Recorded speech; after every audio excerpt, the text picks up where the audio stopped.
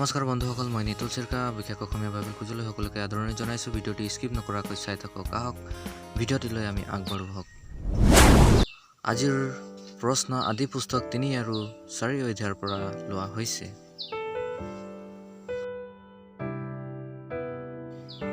এক নম্বৰ প্ৰশ্নটি হৈছে, আদম আৰু হাৱাই নিজকে বিবস্ত্ৰ বুলি জানি পাই কি পাতেৰে কপিং হিয়াই লৈছিল?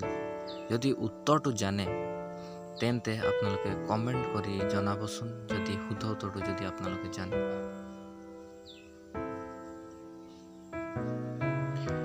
শুদ্ধ উত্তৰটি হৈছে ডিমৰু গছৰ পাতেৰে কপিং হিয়াই লৈছিল। আদি পুস্তক ৩ অধ্যায় ৭ পদত পাওঁ। দ্বিতীয় নম্বৰ প্ৰশ্ন, হাৱা নামৰ অৰ্থ কি? দ্বিতীয় নম্বৰ প্ৰশ্ন, হাৱা নামৰ অৰ্থ কি? যদি শুদ্ধ উত্তৰটো জানে তেন্তে কমেণ্টত লিখি জনাবচোন। শুদ্ধ উত্তৰটো হৈছে জীৱিত। আদি পুস্তক ৩ অধ্যায় ২০ পদ। তৃতীয় নম্বৰ প্ৰশ্ন, হাৱা নামটো কোনে দিছিল? ঈশ্বৰে, মানুহে, সৰ্পই? হাৱা নামটো কোনে দিছিল? ঈশ্বৰে, মানুহে, সৰ্পই? যদি জানে তো কমেণ্টত জনাবচোন।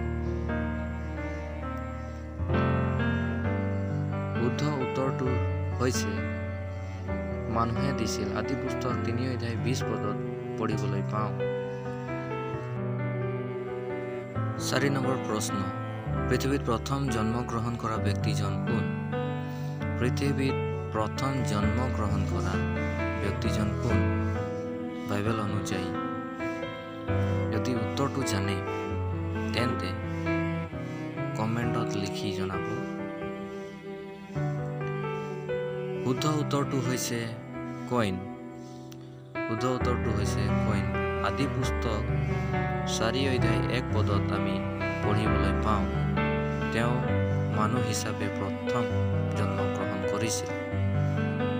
৫ নম্বৰ প্ৰশ্ন, কোনে প্ৰথম মৃত্যুৰ মুখ দেখিছিল? পৃথিৱীৰ মাজত কোনে প্ৰথম মৃত্যুৰ মুখ দেখিছিল? যদি শুদ্ধ উত্তৰটো জানে তেনেহ'লে কমেণ্টত লিখিব। শুদ্ধ উত্তৰটো হৈছে হেবলে দেখিছিল। আদি পুস্তক ৪ অধ্যায় ৮ পদত পঢ়িবলৈ পাওঁ, তেওঁক কইনে হত্যা কৰিছিল। ৬ নম্বৰ প্ৰশ্ন, পশুপালকবিলাকৰ আদি পুৰুষ কোন আছিল? পশুপালকবিলাকৰ আদি পুৰুষ কোন আছিল?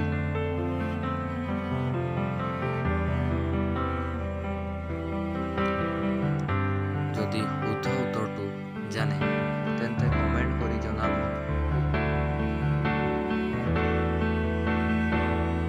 শুদ্ধ উত্তৰটো হৈছে যাবলক আছিল। আদি পুস্তক ৪ অধ্যায় ২০ পদত পঢ়িবলৈ পাওঁ। এতিয়া ৭ নম্বৰ প্ৰশ্ন, বীণা আৰু বাঁহী বজোৱাবিলাকৰ আদি পুৰুষ কোন আছিল? বীণা আৰু বাঁহী বজোৱাবিলাকৰ আদি পুৰুষ কোন?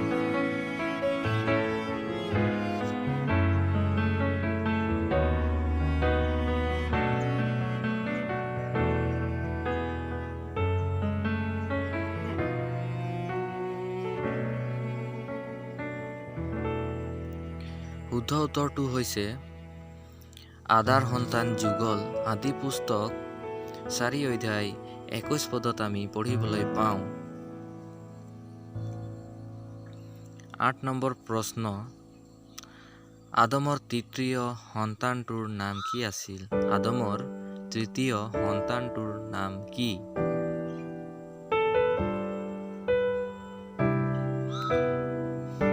যদি জানে তেন্তে কমেণ্টত লিখিবলৈ নাপাহৰিব। শুদ্ধ উত্তৰটো হৈছে ছেথ আছিল। আদি পুস্তক ৪ অধ্যায় ২৫ পদত পঢ়িবলৈ পাওঁ। আদি পুস্তক ৪ অধ্যায় ২৫ পদত পঢ়িবলৈ পাওঁ। এতিয়া আছে আমাৰ শেষৰটি প্ৰশ্ন, ৯ নম্বৰ প্ৰশ্ন, ছেথৰ পুত্ৰৰ নাম কি আছিল? ছেথৰ পুত্ৰৰ নাম কি আছিল?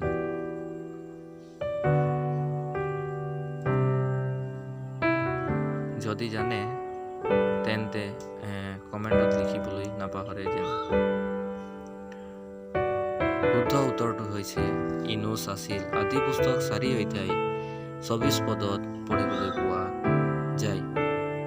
তেওঁ ছেথৰ সন্তান আছিল ইনুছ। ধন্যবাদ বন্ধু বান্ধৱীসকল, ভিডিঅ'টি শেষলৈ চোৱাৰ বাবে।